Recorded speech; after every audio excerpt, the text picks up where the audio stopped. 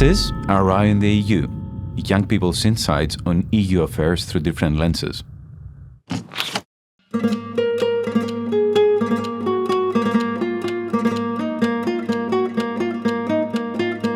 So I think we should first discuss about the principal issues that concern the targets of the far-right parties in the European Union. The first issue is the financial concerns that the EU member states have in regards with the EU budget.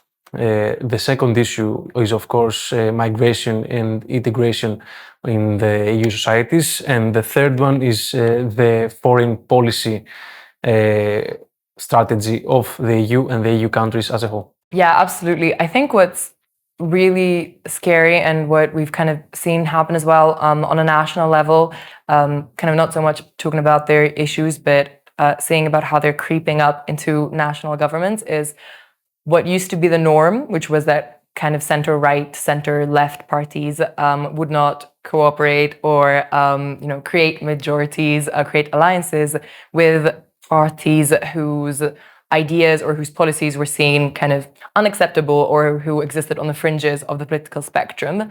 That's no longer the case, and now we're seeing a lot of center-right parties form alliances with the radical right in order to maintain some sort of majority in government.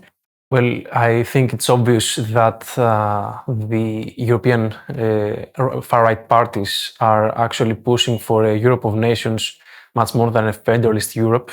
The key issues for them is national sovereignty, of course, and they apparently want stricter border controls and to strengthen the economic protectionism between the countries as opposed to the broader international system. And I think a lot of the times what we see is this kind of linking of their concerns with a certain rhetoric of hate. So whether that's kind of concerns about migration, then pushed off as concerns about migration and crime. There's a lot of rhetoric specifically about countries that are in the accession path that have majority Muslim populations. Obviously, the rise of the far right has implications for European enlargement, which is very important. But at the same time, it also raises a lot of concern about civil liberties and human rights in general. So it's important, I think, when we talk about the rise of the far right to not leave those things out.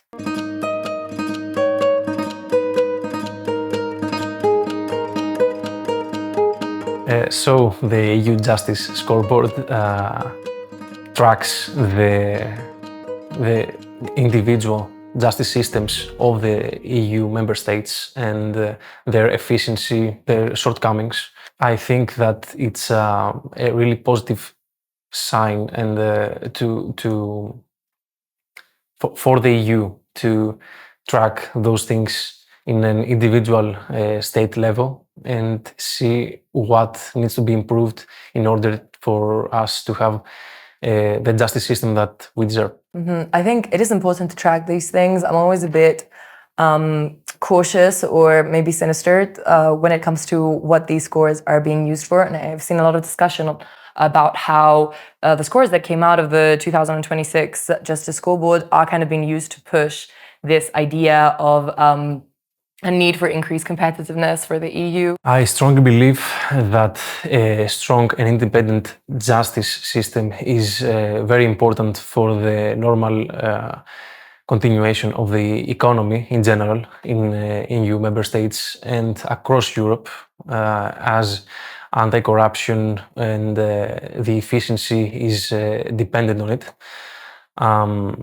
The access that the people have in the justice system is also very important and is also highlighted in the scoreboard. Mm-hmm. I think a strong and independent justice system is important to prevent democratic backsliding, but I wouldn't really use it to further some sort of economic agenda.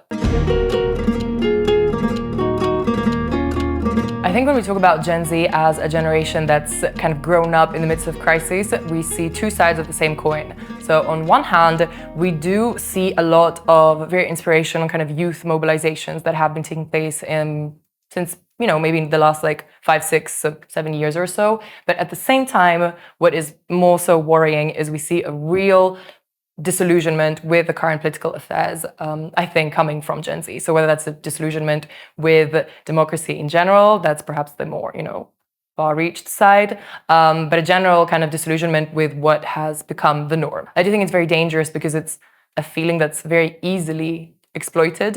So when there is this kind of disillusionment, dissatisfaction, discontent with the current state of things, it's very easy for that to get manipulated and for scapegoats to be found. And I think, we spoke already, that's what the radical right does so well, is it encapsulates kind of the fear and the instability and the crisis that we're living in, and then uses it to produce electoral victories. It's a generation that was raised during consecutive crises. Who can forget the economic crisis of the late 2000s or the Eurozone debt crisis? I think that the environment that the Gen Z people have been raised has made them a bit polarized in their politics. We're seeing in Gen Z a massive gender split right now when it comes to political beliefs. And this is, seen everywhere in schools, in dating even, because Gen Z women tend to be more progressive. I think there was another study that said Gen Z women are the first generation that all identify with feminism. They're the first generation that mostly hold progressive values, whereas in Gen Z men, we don't see the same thing happening. In fact, they tend to be more traditionalist and more conservative than millennial men, for example. I would like to disconnect from this point of view because I profoundly believe that it's really early to